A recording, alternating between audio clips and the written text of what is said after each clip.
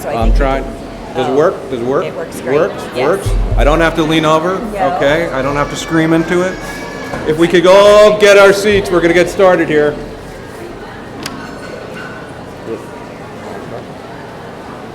ahead. All right.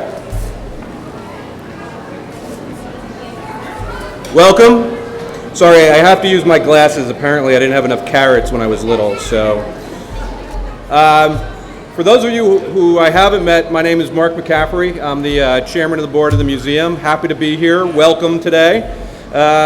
We have a great celebration ahead of us. This is a great event, and it's a transformation that we've been talking about for years. It kind of started, several years ago when we launched an exhibit called the Rainbow Exhibit, and it really focused on better eating habits with our kids. But when we launched that exhibit, it really was very, very apparent that we hadn't gone far enough, that we had to take more steps to educate our kids about healthy eating. And there our journey began, and today our journey has ended with the creation of this new FoodShed Café that we're going to dedicate here today.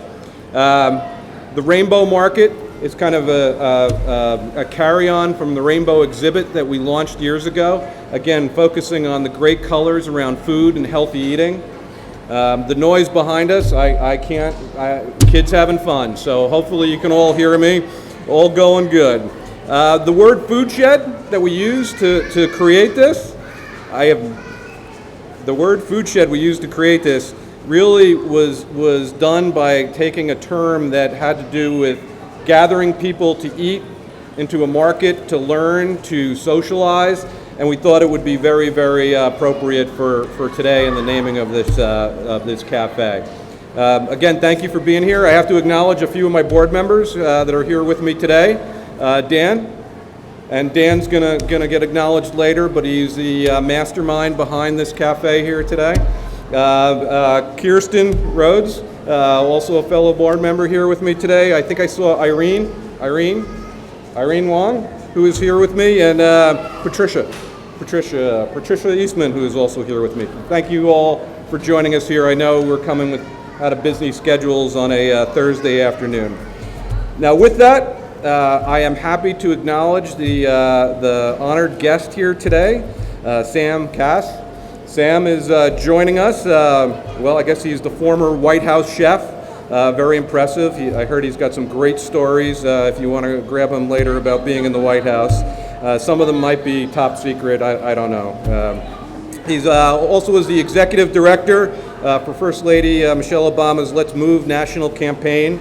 He's now a food entrepreneur, just married. I found out earlier, so just married recently, and he's an NBC News food analyst. So Sam, just maybe raise your hand there so everybody can see you. So to start our official part of this, I guess it is my honor as the chairman of the board with executive decree to appoint you the honorary chef of the FoodShed. We are really truly honored here to have you and to really commence or celebrate what we started several years ago as a board around the importance of healthy eating with our children. So I know you'll be up a little later to speak, but thank you all for attending here, and I'm going to hand it over to Marilee to really kind of kick us off. Thank you. Well, thanks, Mark. I'm Marilee Jennings, the executive director of this wonderful Purple Museum, and I want to just say thank you for coming today and to welcome you, but also say a special thanks to Sam Kass, who came from New York City to be here to dedicate FoodShed. It's particularly meaningful that Sam is here because this museum was an early adopter of the First Lady's Let's Move campaign, and Sam was still the executive director when we did that. And I think that you'll see how having a national initiative that embraced food really helped us advance this project. I also want to welcome those who are participating today using technology, as we are live streaming this event through our YouTube channel and have a live Twitter feed. If you want to join the conversation on Twitter, use hashtag #SamKass@FoodShed. While our focus today is on FoodShed, I think it's important to understand how we got here and for you to meet some of the visionary leaders who joined forces with us. The museum's Healthy Eating and Active Living initiative was first created a decade ago in partnership with Kaiser Permanente.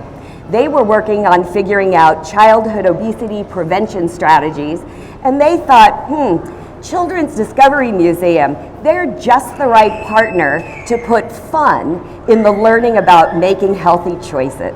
Working together, we came up with a simple nutrition message for families: eat a rainbow every day, and have created exhibits like Mark mentioned, the rainbow exhibit across the way. We've hosted healthy food tastings at cultural celebrations and so many other collaborations.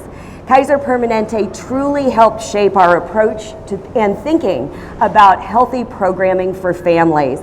Representing Kaiser Permanente from Community Benefits are Amy Aiken and Stephen Wall. If you're here, okay, thank you.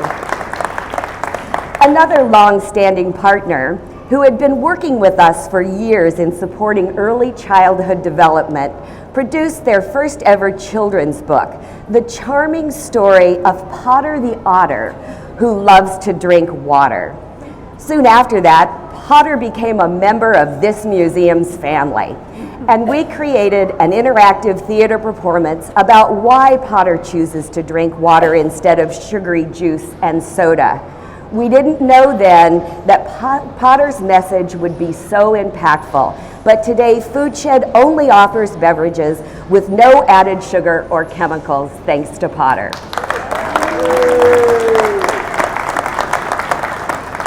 We are grateful to First Five Santa Clara County, represented by CEO Jolene Smith, and First Five Commissioners Cora Tomalinas and Eleanor Villarreal. Thank you for being here. Oh, okay. And Ken Yeager, I forgot. On the board. Thank you. As the disconnect between the Eat a Rainbow message every day, message from the Rainbow Market exhibit, and what we were serving in the cafe before this transformation became ever more disheartening to me. Yet I still couldn't find a different approach to food service that was a proven success in the Children's Museum arena.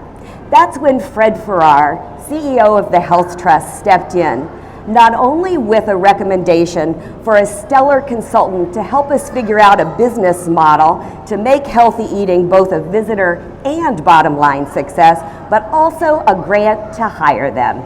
Please stand, Fred.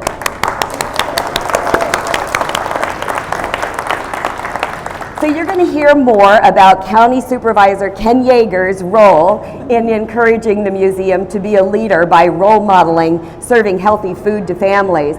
But I wanted to mention here how we couldn't have actually gotten to today without the knowledge and expertise of the staff in the County Health Department. They worked diligently with us to develop the FoodShed menu and the food quality standards that support it. The reason the food tastes so good here is that it's fresh and locally grown, proteins are hormone and antibiotic free, ingredients are remarkably high quality, and all the food is made daily on site. The health department staff team who supported us is represented today by Bonnie Broderick. Thank you, Bonnie. And when the food consultants presented their findings and proposed a new model for food service, it meant that substantial change needed to occur, not only in finding a new partner to operate the cafe, but also in using the kind of creativity and workmanship that we always put into our exhibits into reimagining our cafe. We envisioned that it would no longer be a snack bar, but an educational program space that also serves food. We are grateful to the David and Lucille Packard Foundation for supporting this vision. Let's thank local grant-making director Irene Wong. Thank you, Irene. That roster of visionary funders provided the foundation without which we could not have created the success we have today in FoodShed. Let's have a round of applause to thank them all. course, we also needed to put in place the right team to design the food program, create the aesthetic, actually build it, and then cook and serve delicious and nutritious food to our audience. That stellar consultant we were able to hire, thanks to the Health Trust and the Packard Foundation, is Karp and Partners, represented today by Karp and Wendy Wyden. You'll hear from Karen in just a few minutes. We needed a design that respected our facility's signature Ricardo Legarreta architecture, complemented the master craftsmanship of our exhibits, and was food forward, placing colorful fruits and vegetables where kids could see them. We found the right design partner in BCV Architects, represented today by Rachel Wilkinson and Peter Sterling. Thank you for being here. Well, then we needed a top-notch builder and one who was willing to do the job at non-profit rates. And that's where we found Dan Amond and Tennisketter Construction. Thank you, Dan. We knew that BCV was really trying to create a comfortable and engaging place for families to enjoy healthy food together, and that we needed solutions to reduce the joyful noise coming from the surrounding exhibits. We thank our friends at the City of San Jose who helped create the unique acoustical sculpture hanging above us, and our liaison with the city, Carrie Adams Hapner. Thank you, Carrie. And we can't forget that we needed healthy and really good tasting food. We were extremely fortunate that the owner of a successful Menlo Park catering company, mother of 6-year-old twins at the time, and a passionate advocate for healthy foods agreed to operate FoodShed. Please meet Nicole Jacoby. Stand up, Nicole. I'm sure you recognize the transformation you see here today, and you need to know that it takes time, money, and commitment from the board, the staff, and key stakeholders and supporters. I thought you might like to hear from one of those stakeholders, someone who challenged the museum to think differently about the cafe many years ago, both in his role as county supervisor and as a member of the First Five Commission. He was thrilled when we reported back to him with the plans for FoodShed, and even compelled his colleagues on the County Board of Supervisors to provide financial support to pay for all the new equipment we needed to offer fresh foods. Please welcome Supervisor Ken Yeager.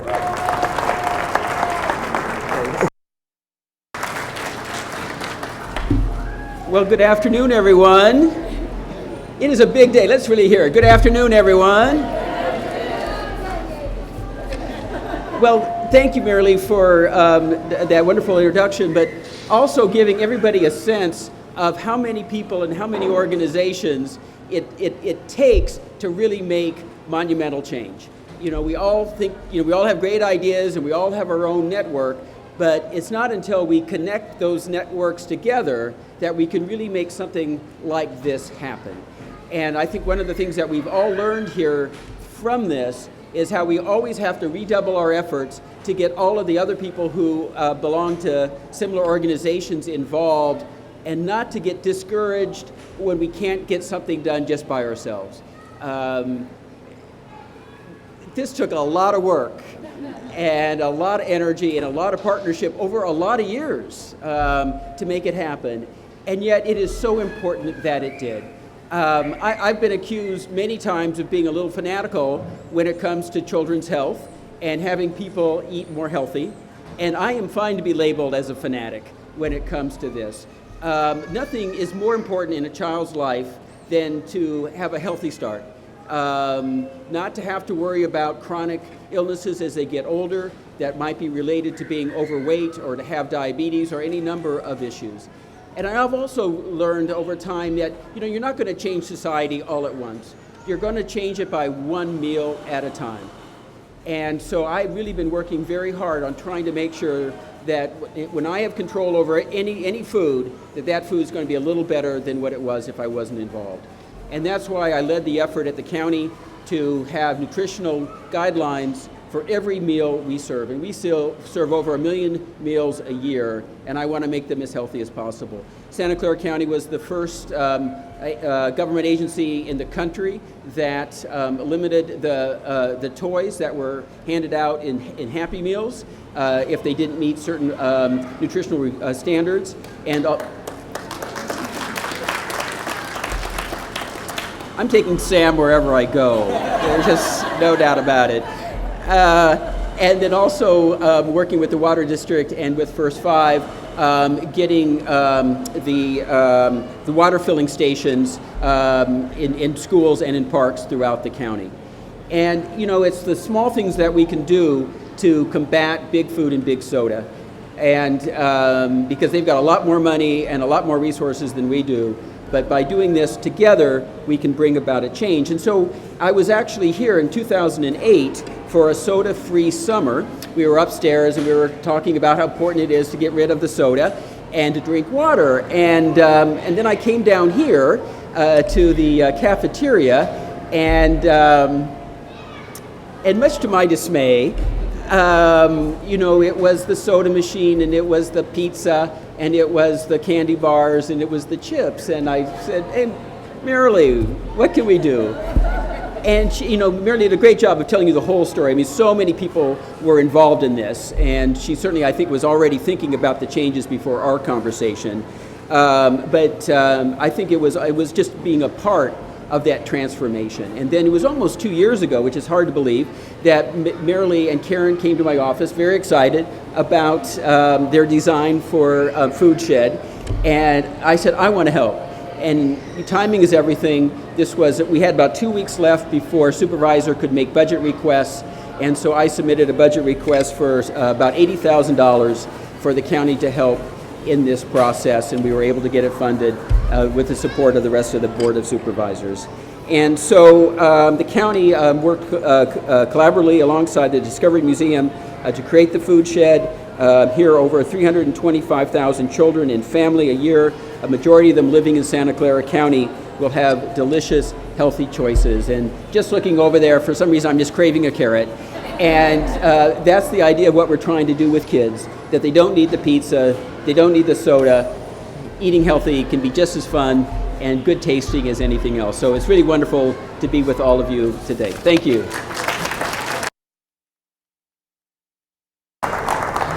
Well, thank you, Ken. I guess if you're a fanatic, I'm a fanatic junior, or a fanatic in training, a wannabe fanatic.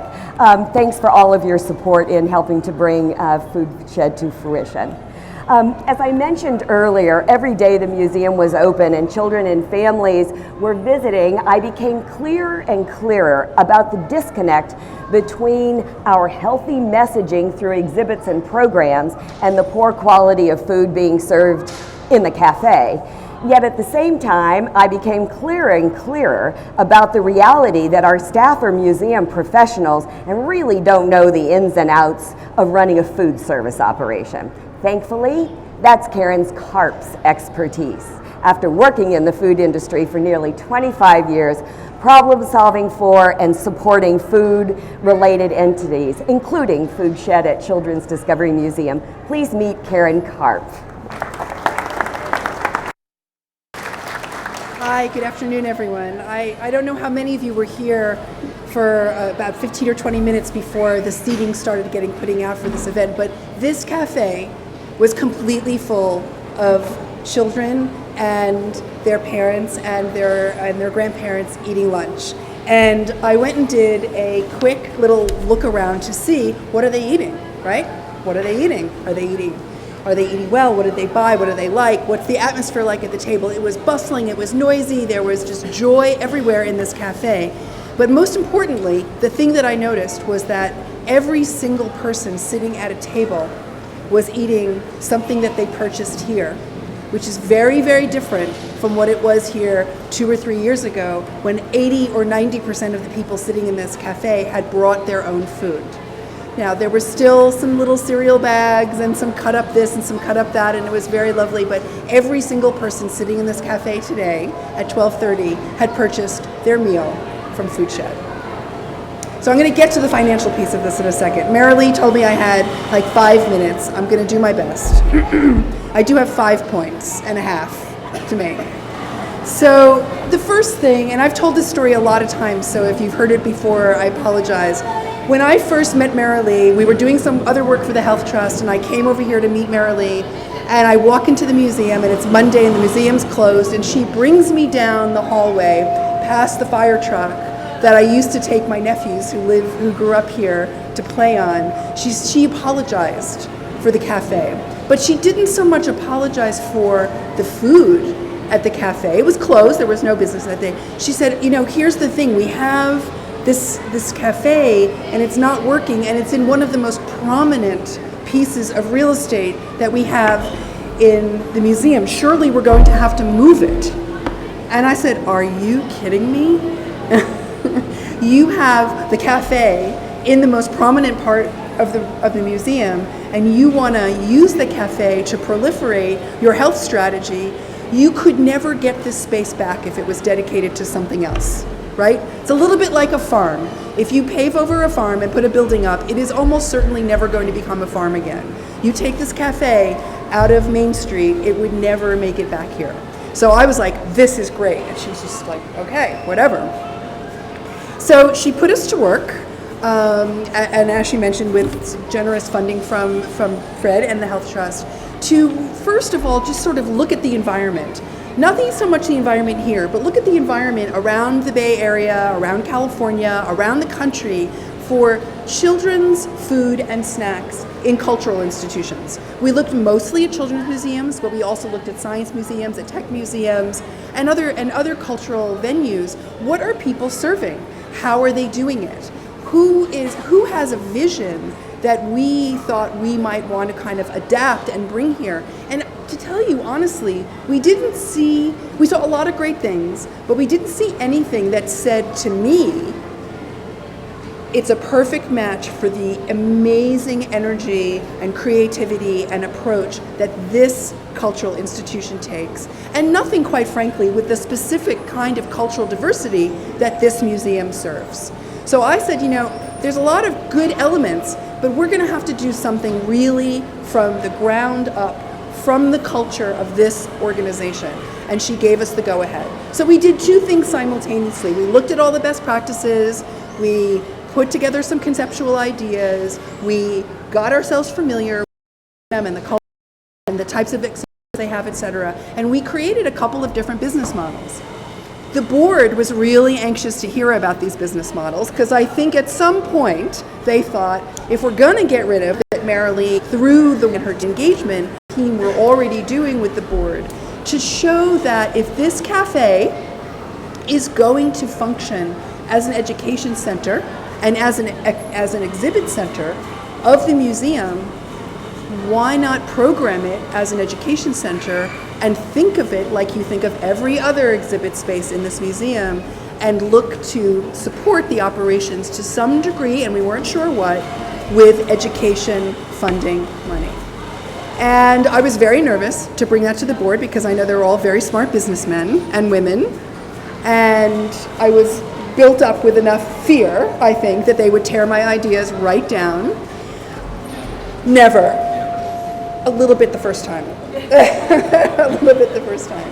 And basically what we did was essentially illustrate the opportunity to take a leadership role for children's cultural institutions and go all the way and go all in, and what the social and environmental benefits that would give to children and their families, not ignoring the financial bottom line, but not putting it right out there as the only goal or the primary goal. And needless to say, I was relieved about that, because you never want to overpromise as a consultant. Number one rule, you never overpromise. So we went to the next level and we started really putting the business models together, and we started recruiting and all those kinds of things. And I have to say that the real mindset transition was going from food is an amenity to food is an important way of life and an important moniker of community health, individual health, and children's health. And once that mindset changed, everything else fell into place. Marilee already told you that we issued an RFP and we recruited a wonderful operator. What she didn't tell you, and that what I am really proud to tell you, is that the financial piece of this also really came together. The museum started selling food for 2, 3, 4 times the amount of revenue that they ever had operating this cafe. Yes, absolutely. Kudos to Nicole and to Marilee and to everybody who works here. And for the very first time, the museum received some money in rent. They had never received $1 of revenue themselves, and now they do. So I think what we've really done here is prove that you can go, and I'm using Marilee's expression, all in, and keep and create something beautiful and wonderful and delicious, and also make an important financial statement with that. But I do have to say that none of this could have happened without the incredible commitment and vision and leadership that Marilee took. I mean, she doesn't think of herself as as the operator of this restaurant, but she is the operator of this restaurant. And everything that everybody else has already said about the relationships between the funders and the community and the county and the city and the culinary community here, it really does take an incredible amount of support and resources that are built around relationships and trust to make something like this happen. And there isn't anybody better at that I know than Marilee. So another round of applause for Marilee. I'm just going to close by saying that we not only anticipate that FoodShed is going to be a model for other cultural institutions around California and the country, but we are starting to see, we are getting some requests from other cultural institutions that serve kids to take a look at what they could be doing differently. And it's really based on the success that we've really all had here. And I just, our role as consultants is, not so much to be smart and be right, but to really uncover the resources that our clients have within their own organization and within their community and bring them together in a new way for change. And that's really the story of what we did here. Thank you.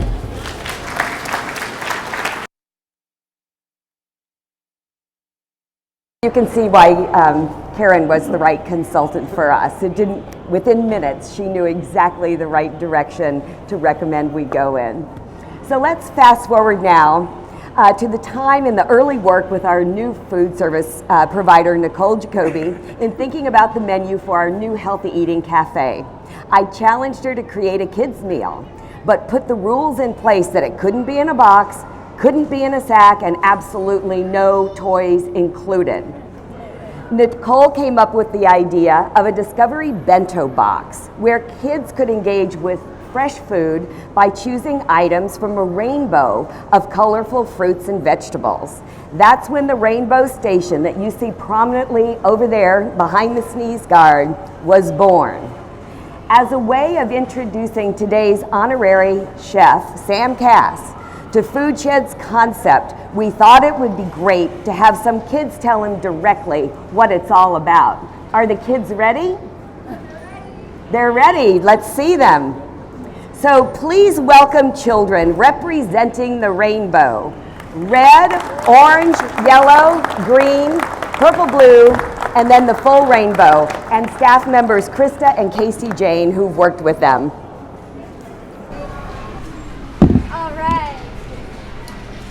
Hello everybody, the kids have been getting ready all morning just to see you all. So first we're going to introduce all the colors of the rainbow, and they're going to tell you a little bit about their favorite healthy foods and maybe some other things that aren't so healthy, but they know the right from wrong. All right, so first up we have Red. And what is your name, Red? Lily. How about come up, Lily? Come on up. Okay, Lily. Say your name? Lily. This is Lily. And Lily, what is your favorite red fruit or vegetable? Strawberries and raspberries. Strawberries and raspberries, me too, super good. And are there any red foods that you don't like? Chili pepper and red chili pepper and radish. Oh, why is that? Because the red chili pepper is too spicy. Too spicy? Oh, is there any way that you could make those foods better? If the red chili pepper wasn't so spicy. If it wasn't, that's a good call. All right, you can take your steps back up, Red. Come on up. All right. You want me to lift you up, Thomas? All right, he doesn't want to be lifted up, though. That's all right. Perfect. And step out here. Now, can you tell everybody your name? Thomas. And what's your color? Orange. Orange, yes. Okay, and what is your favorite orange fruit or veggie? Spaghetti and oranges. Nice. And what orange foods are not good for us? Orange M&Ms because they have lots of chocolate. I like them, but I also eat healthy foods. Good, very good, Thomas. All right, and come on over. You can stand right here. And what is your name? Noah. Noah. And what is your color, Noah? Yellow. Yellow. Okay, and if you could make a yellow food any way in the world, what would you do? Make a really big yellow squash. Sounds delicious. And what is your favorite yellow fruit or vegetable? Lemon. Lemon. Thank you, Noah. All right, come on down. And can you tell us your name? Autumn. Say it again. Autumn. And what is your color, Autumn? Green. Green. All right, and what is your favorite green fruit or vegetable? I like lots of green foods, but my favorite is avocado. Very nice. And what is your favorite green dish? And who makes it? My favorite dish is chimichurri bruschetta, and I like to make it because I can use a sharp knife, but sometimes my mom makes it for me, and it's prepared with avocado and lots of oils and lemon juice and spices like red pepper flakes. Sounds delicious. Good job.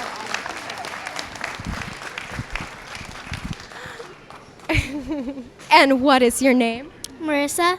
Marissa. And what is your color, Marissa? Blue and purple? Blue and purple. What is your favorite blue or purple fruit or vegetable? Blueberries? Sounds very good. And what is your earliest memory of eating a blue or purple vegetable? When I was eating figs off the tree in my backyard. And how do you feel about that food today? I wish I were eating it right now. Thank you, Marissa. All right, and finally, come on down. Can you say your name? Emma. Emma. And what is your color, Emma? My color is all of the colors. She is the rainbow. And what do you like about using different colors when you eat? Well, eating it, I just eat it, but like making stuff, I like cooking, so I could be creative and I could make paintings, or I could make a little rainbow with an olive smiley face. That's awesome. I would eat that. All right, and what is your favorite dish that uses different colors? Well, one time I went to Indio and there was a Sizzlers there, and I didn't really want to get a taco or anything, so I just got a bunch of different stuff, and it's like a color wheel like around my plate. Oh my God. And what was in that color wheel? Well, there was cantaloupe, and there was corn and peas, and I think pork too, and yeah. Pork's important too. It makes you strong. Well, thank you so much. You can step back up. And now, as a special treat, the children have been working on a song all morning to share with you to help welcome you to FoodShed and just give you a little idea of what it's all about.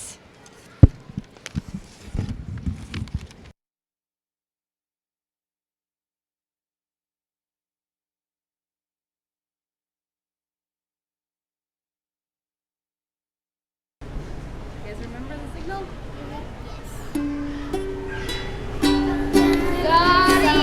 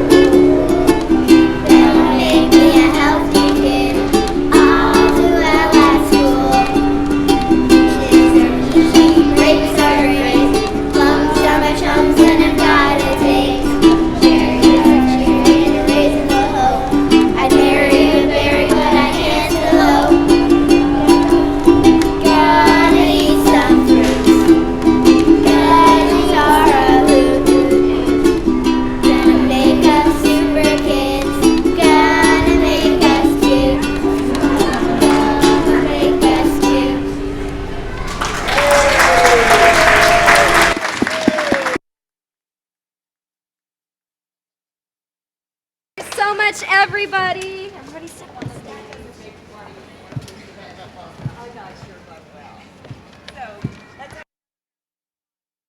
About kids. So Sam, I could list all of your accolades for the audience, like former White House chef, founding executive director of the Let's Move campaign, NBC News analyst, and your new consulting business. But I think the kids had a much better way of saying, we're really glad you're here. Come on onto the stage. Great, thank you. Man, that was awesome, huh? That right there is just an example of how far we've come. You couldn't have imagined 15 years ago, kids that age would be talking about bruschetta and their dishes that they're making, and it's unbelievable. I am so excited to be here. We've been waiting for this for a long time. The day has finally come. And I know it's been said, but I'm just going to say it again. Marilee, your leadership has just been extraordinary and inspiring, and beyond. Coming to this place has just been magical for me, and I think it reminds us why we're all doing the work that we're doing. So please, can you thank her again? And obviously to the rest of the community that has made this happen. Supervisor Yeager, the Health Trust, Kaiser, all the board, all the partners that were absolutely pivotal in making this become a reality. Thank you guys for your leadership. It is extraordinary, really extraordinary. You know, I really wanted to talk to me, talk about some of the stuff in the White House, and where I go is to the conversations that I had with the First Lady in Chicago when the president was 30 points down the polls, and she had 2 young kids, and we were trying to help make sure they were getting the good food that they needed, and it was a struggle even for a well-educated woman who was aware of health issues, worked at a hospital, and was really struggling to figure out how to get her kids good food. And we started to dream about the garden and if that went well, all the great things that could come. And to be standing here about 8 years later, knowing that her work helped pave some of the ground that was needed to make a day like this happen, is beyond words. And it's I gotta be careful before I get emotional up here. I mean, this is really important work. I think the comments that we've made about the role of our cultural institutions and just how important this is, I want to take a minute to really talk about this. These issues that we're dealing with have some role in government. The government has some policy work to do. But ultimately, how we eat and what we eat is one of the deepest expressions of who we are as a people. And what institutions like the Children's Museum do is help shape our culture and teach the next generation what we value, who we are as a people. And to imagine what was here to now what we're instilling in the next generation is extraordinary. Now, for the parents who had brought their kids for many years, and now the kids showed up expecting some fries or a piece of pizza, there may have been a couple tough moments for those parents. And that's fine. It's our job to work through that. But I want you to imagine every kid that's coming here from this year on will never have known that to be. This is now their new normal. This is all they'll know. And that's a really big deal. And as we systematically do that, school by school, Children's Museum by Children's Museum, on and on, that is the change that we're talking about. That is it. Nothing more. There's no other magic wands. This is the work. Now, San Jose and the Children's Museum has been well ahead of the curve. You guys started working on this a long time ago. And we're one of the first people to step up when the First Lady started working on Let's Move Museums and Gardens.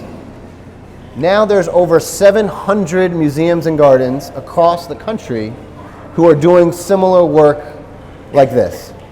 That's extraordinary. But it was because there were some pioneers who really stepped up and started forging the path and teaching us. Now, in many of those places, though, the food service has not been addressed because it's really, really hard. It's scary because every penny counts in institutions like this, and messing with the one place that you can generate revenue outside of the gift shop is like, it's a third rail. You just don't do it. But what's happened here is that you've created a new model. You've done it in two ways. The first is that you've shown that good food is possible and that it's profitable. Maybe even more important, that it's profitable. It tells us all we need to know about where we are as a country, that we can take out French fries and pizza and make more money selling vegetables and whole grain sandwiches and salads and fruit waters than we are selling that. That's a big deal. And it's now a model that not only is it the right thing to do, but it's what makes sense. And now we have a chance to take something like this across the entire country. So that's the first place. And I can't overstate what a big deal that is. The second piece is connecting this space to the rest of the museum. And that is truly a new model, where the lessons that we're teaching are integrated with the physical experiences that they have when they sit down to eat. And that's powerful. And that's what really instills these ideas into our kids' heads, but then makes it something that they actually consume. Doesn't get any better than that. And that is what not just children's museums can learn from here, but also our schools. And we were talking earlier today, and kids right now in schools, 20 minutes in and out of lunch. Maybe they have 5 to actually eat it. We're teaching them a certain set of values there. This is a different set of values, and this is what we should be emulating. I want to take a second to just point out to the funders who took a risk here and decided to invest money in an idea and a problem that didn't really have clear models of solutions. And I just want you guys to take a minute and realize, I know increasingly it's hard to invest in ideas that aren't evidence-based, that aren't proven models, and it's important that we focus on evidence-based practices. But you've created something here that really can be replicated now. And it's a really big deal, and it wouldn't have happened without some seed money to get us there. And it's a big deal, so I just want to acknowledge the resources that went into this.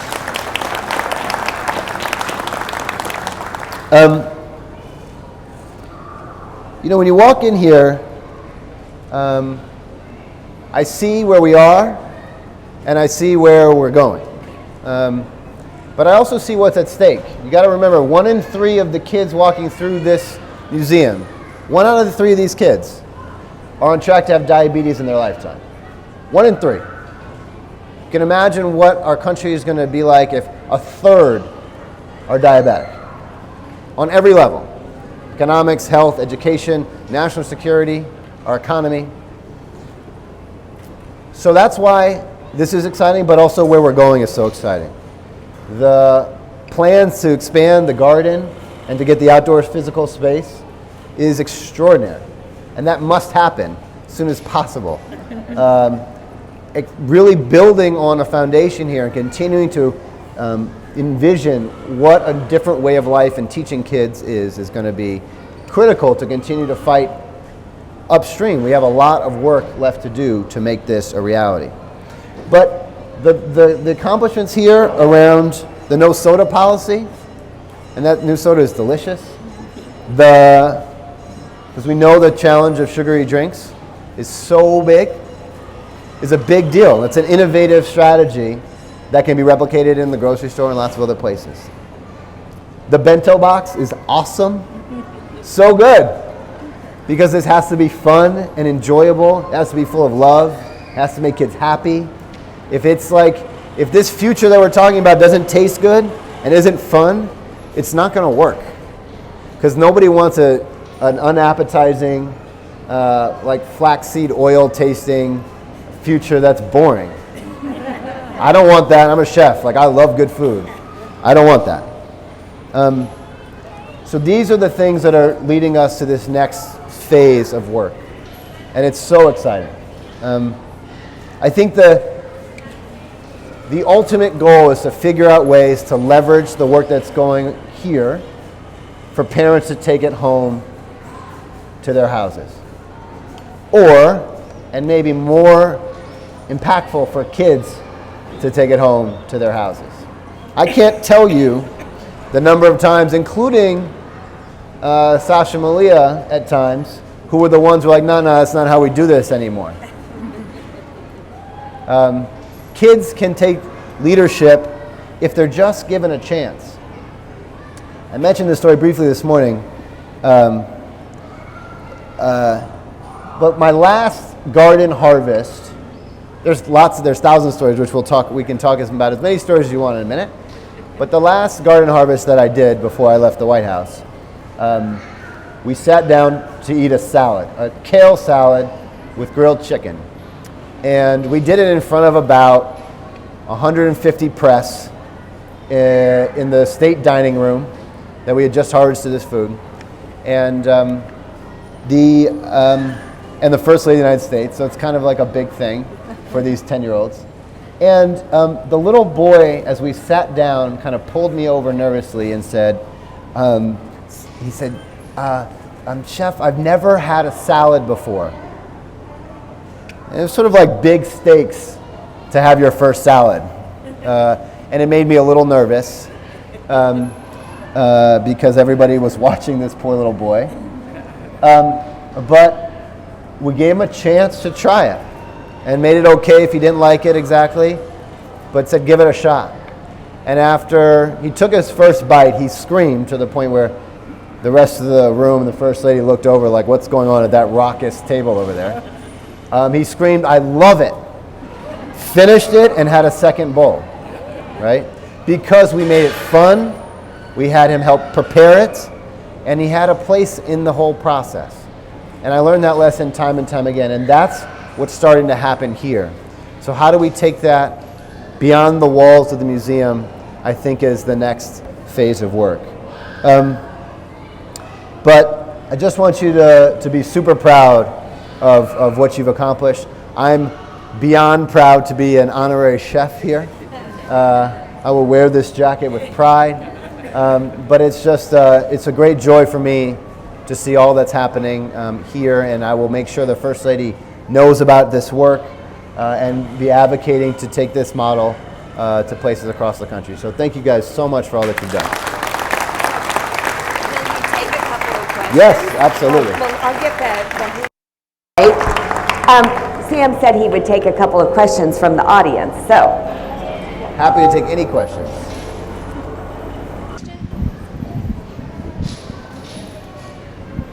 I really love I'm Heather from Happy Hollow. I really love what you said about engaging the kids in the process. What are some of those challenges that you can address in an institutional setting where there's food safety and handling and all those questions, but still getting them involved in the process on a day out to a park or zoo or museum? Yeah, I think it can look like one of 100 different things. It doesn't take much, right? I think kids need to feel like they had agency in some decision that was made. Something. It could be really little. But if it's one menu item a month where the kids get input on, they actually want it to be spinach, not kale. Maybe we give them a choice of all the different lettuces and they get to pick one. And they can all vote. I don't know, recipe contests. Planting a seed that's one of those plants ends up in the salad, even if it's like, maybe they have half a leaf actually as they're eating. The sense that they participated opens their minds and they feel empowered. And that's true both in a setting like this and in your home. I mean, one of the best strategies is when you go grocery shopping, you can pick any vegetable you want. Well, you've already won that because now the kid's picking it, but they're only picking vegetables. And now they're going to want to cook it because they are the ones who picked out the broccoli. So I think finding those ways and then highlighting it. So maybe part of what goes on here is we give out recipes and there's some kind of Instagram or account where kids making that recipe with their family at home are up in the cafeteria, right? Little things like that where those kind of leadership moments are acknowledged. One of the best things we ever did in the White House, my favorite day every year of the White House, was the Kids State Dinner. And the Kids State Dinner was a competition where one winner from each state, between 8 to 12, would enter a healthy recipe. One winner was selected, and they got to come to the White House, and they were treated with full state dinner, like announced by the press, get interviewed by the press, come up with like little hors d'oeuvres, all dressed up, and then the butlers would serve them with White House china, and there was entertainment, and the president would come, and it was like a thing. It was like everything that like the head of state would get, they got. And then they went back as rock stars to their community. Why? Because they made like a broccoli like stir fry. So just finding those fun ways that we hold up kids who are doing these kind of leadership efforts. It doesn't take much.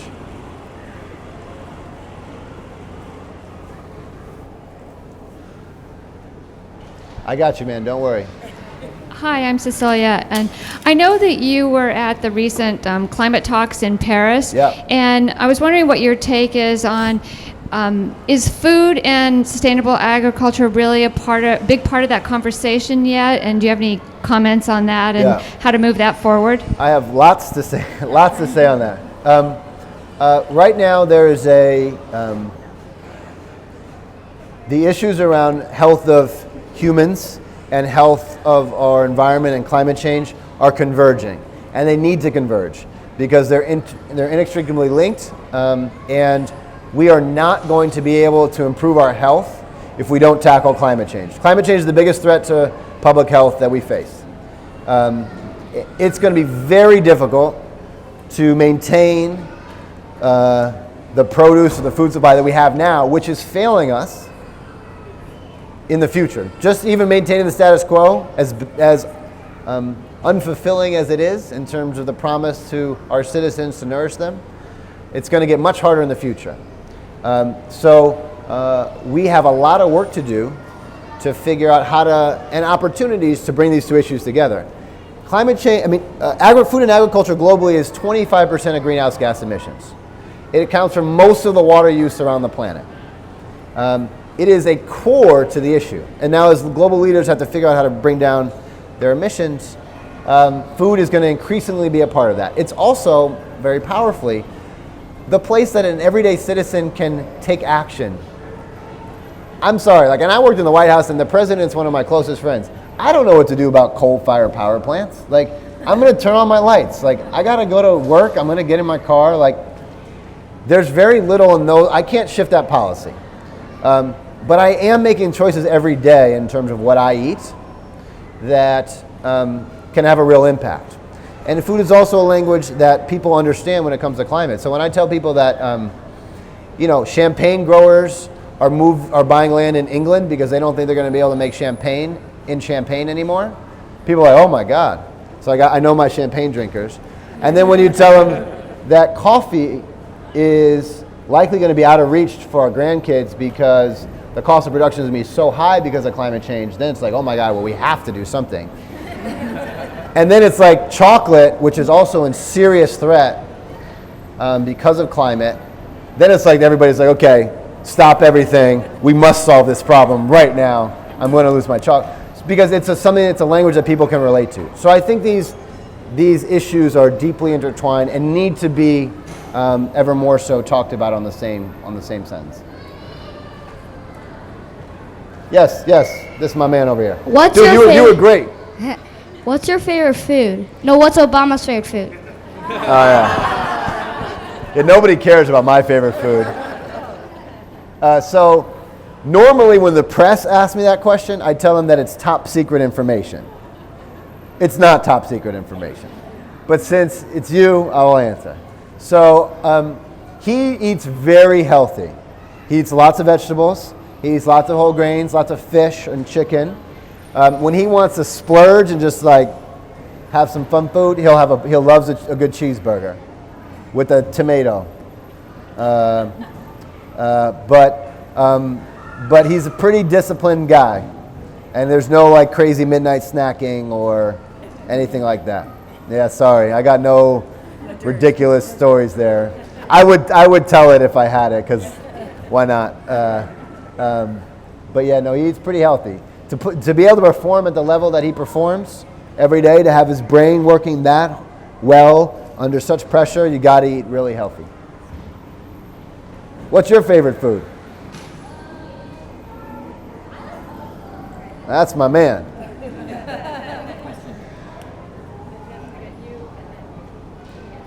She's getting you the mic. Hey, again.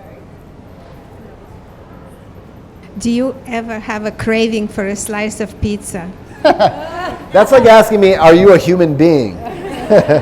Yes, I love pizza. And really, like, my weakness is a buffalo wing. I can't resist a buffalo wing. I don't know what it is. But yes, a friend of mine, a really good friend of mine called me up a couple days ago randomly. His name's Bobby. Somebody put this in the press so I can send it to him. And he said, I just wanted to call you and just tell you how much I love you and how happy I am to be a human being, because I'm sitting here eating a piece of pizza and I'm just so happy that I'm a human and not a dog who only gets like a dirty bone. We have pizza and it's great. And I agree with him. Pizza's wonderful. Yes. What is your earliest happy, healthy food memory? Wow. That's a good question. I mean, for me, my family was, I don't have like the Italian grandma that taught me how to make gnocchi by hand or anything like that. Like, I come from very regular American parents that like broiled a steak with an iceberg. Like the craziest we got was like an iceberg lettuce salad, some steamed broccoli, right? So there was no like hot cuisine in my house, but we had dinner as a family every single night, and like no TV. Like we ate as a family, and I guess that's sort of, it's those memories. Like it's not any one thing, but it's sort of those memories of being a consistent sort of foundation of what I learned. And then I loved to cook as a kid. So I would help with family meals. So I guess my favorite memories were like cooking something that everybody would eat. I don't know how good it actually was, but at least when they said it was good, that was a joyous memory. Anybody else? Yeah. Okay. I have a very big palate, and I pretty much love everything. But unfortunately, I have a soon-to-be 7-year-old that has a palate of maybe 4 items that he's willing to eat, and they're all the unhealthy things. He likes pizza. He likes spaghetti. Tacos. Yeah. But he's very strong-willed, and it's like I try to introduce him, and I want him to try foods, but he won't try it. Like I could put it on the plate, he would rather starve than eat it. Yeah. So as a parent, how do you fight these kind of battles? Because I end up acquiescing because he's starving. Mom, I'm hungry, and he craves all those things that are so unhealthy. Like the chips and and I call those things crack because they do. It's like you crave them. The sugar. There's so much sugar in everything that's that we eat. Yeah. So how do you suggest I get him to? Yeah. I mean. So first of all, you should know that you are not alone. No, it's important. Like sometimes you feel like it's somehow a failure. You're failing. You've done something wrong. And parents, I'm the only one who's dealing with this. Everybody else has figured this out. Like, nobody else. Everybody's struggling with this. Some have harder kids on this stuff than others. So first of all, know that. Okay. Second of all, perseverance is a really important word in all this. Like it's going to take time. It's going to be little win by little win. I think a couple key things. One, you have to set the house up for success. Set up your kids for success, which means that, so right now what we're doing generally, and then I'll speak a little more specifically, we're trying to eat healthy. Maybe we have a kid who's tough. So we have a bunch of unhealthy options in our house. They're out on the counter. They're where we can see. They're very conveniently placed. We're trying to not make bad choices, but then we ultimately we'll always eat what we see, and we eat what's around us, and then we feel bad about it, and then we start getting discouraged, and we then start to give up, essentially.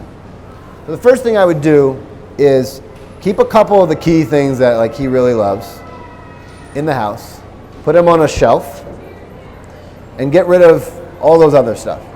Not everything, so you need to give him something. So it's not like there's not some dramatic overhaul, but there's a couple of things. I would get out sugary drinks, I would get out some of the more, worse stuff, and then I would just start putting out healthier options, really easily available. Grapes. Will he eat grapes? Apples. Okay. So I would put apples everywhere. No, I'm serious. Because we eat what we see. Put the cookies or the chips on the top shelf. Because right now he's seeing it a lot. And like, I want that, I want that, I want that. So get it out of eyesight and put some other things around. And just see what happens. Don't tell him. Just put it out. Okay? And give him some decision-making power. Do the vegetable thing. Like, you can pick any vegetable you want. I'm not telling you what to eat, but you have to pick one vegetable. It's yours. It's your choice. I know, but just let him encourage, keep having him to try to take ownership.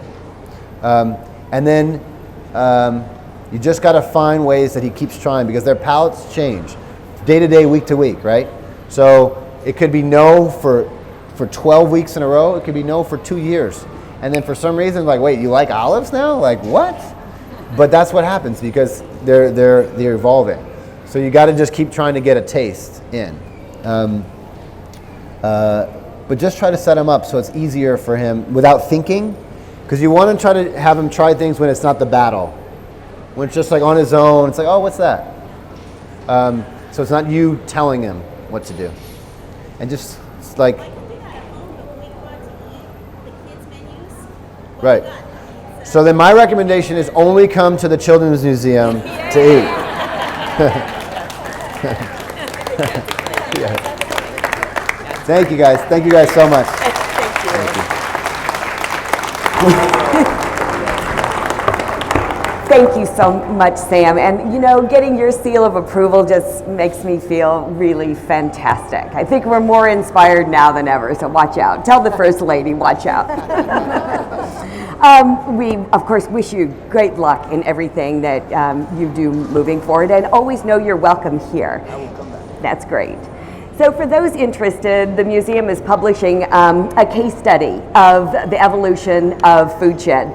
This is designed to provide you a blueprint for how you might be able to replicate it in your own institution.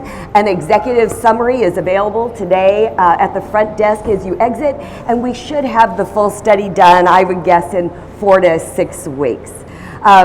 So pick up your summary on the way out. So it's been really great talking about food and FoodShed, but I think we should taste some food that Nicole Jacoby and her staff and serve our audience every day. So the way this is going to work is our Rainbow Kids are going to be serving you choices from the Rainbow Station. And the FoodShed staff, they're the ones dressed in the brown aprons, are just going to give you a sampling of some of the signature foods that we're serving at FoodShed to our audience every day. And of course, FoodShed sparklers, our alternative to soda, are over there in the grab and go case, so please help yourself. Sam, thank you. And he'll be available if folks have a question or two up at the front. And I thank you all for being here.